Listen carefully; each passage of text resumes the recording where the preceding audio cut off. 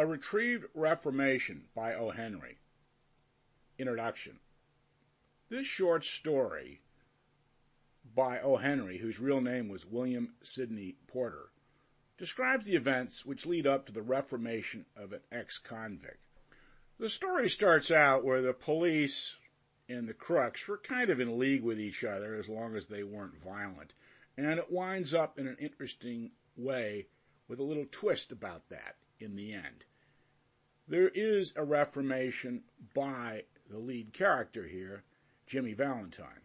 But it's interesting his name, Valentine, because he is a Valentine, as you'll see at the end when he saves a little girl's life. This is considered one of the 4 best stories of O. Henry and the most widely read. He wrote over 350 of them. The 2 best read are The Ransom of Red Chief and The Gift of the Magi. The next 2 include this one, A Retrieved Reformation, and The Cop and the Anthem. What's most interesting about this one, in a way, is it's a whole life taking place in a transformation in one short story. Jimmy Valentine starts out as a safecracker, and after a bunch of them, he talks to a policeman and decides that he better leave town, which he does. Goes to Ohio, ready to crack another safe, sees a young girl, loves her, gets married to her or about to, and at the last minute, a cop chasing him finally catches up to him, and Jimmy has a choice to reveal himself and save a girl that got locked in a safe or not. He decides to do so. The twist at the end is interesting because it's very O. Henry, where at the end there's always an upbeat. There's always hope. There's been a transformation. Something good has happened. Now, part of this story, unlike his New York ones, relates to his time in Texas because that, in fact, is where he lived. And so Ohio here has a real Ohio, Midwestern, Southwestern feel to it. The bank that he describes is accurate in large measure because of his imagination coupled with his experience working in a bank. As always, it's important to realize that most short stories seem to be better heard than read. They seem to have more impact.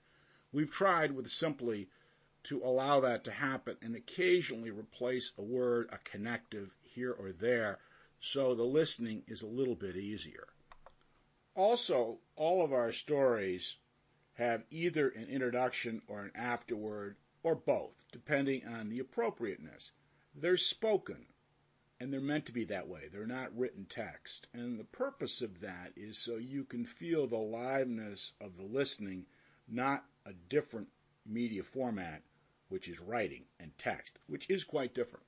And you'll see that if you read A Retrieved Reformation or other stories and then listen to them. They take on a whole different life when they're heard, which is a wonderful thing. Good listening. Track 1, A Retrieved Reformation. A guard came to the prison shoe shop where Jimmy Valentine was assiduously stitching uppers and escorted him to the front office. There the warden handed Jimmy his pardon, which had been signed that morning by the governor. Jimmy took it in a tired kind of way. He had served nearly 10 months of a 4-year sentence. He expected to stay only about 3 months at the longest. When a man with as many friends on the outside as Jimmy Valentine had is received in the stir, it is hardly worthwhile to cut his hair. Now, Valentine, said the warden, you'll go out in the morning. Brace up and make a man of yourself.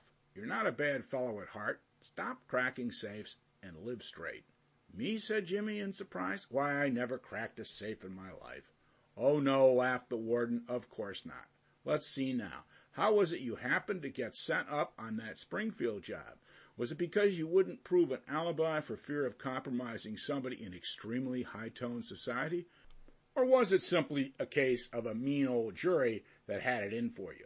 It's always one or the other with you innocent victims. Me, said Jimmy, still blankly virtuous. Why, warden, I never was in Springfield in my life. Take him back, Cronin, said the warden, and fix him up with outgoing clothes. Unlock him at 7 in the morning and let him come to the bullpen. Better think over my advice, Valentine. At 7:15 on the next morning, Jimmy stood in the warden's outer office. He had on a suit of villainously fitting, ready-made clothes. Sample complete. Ready to continue?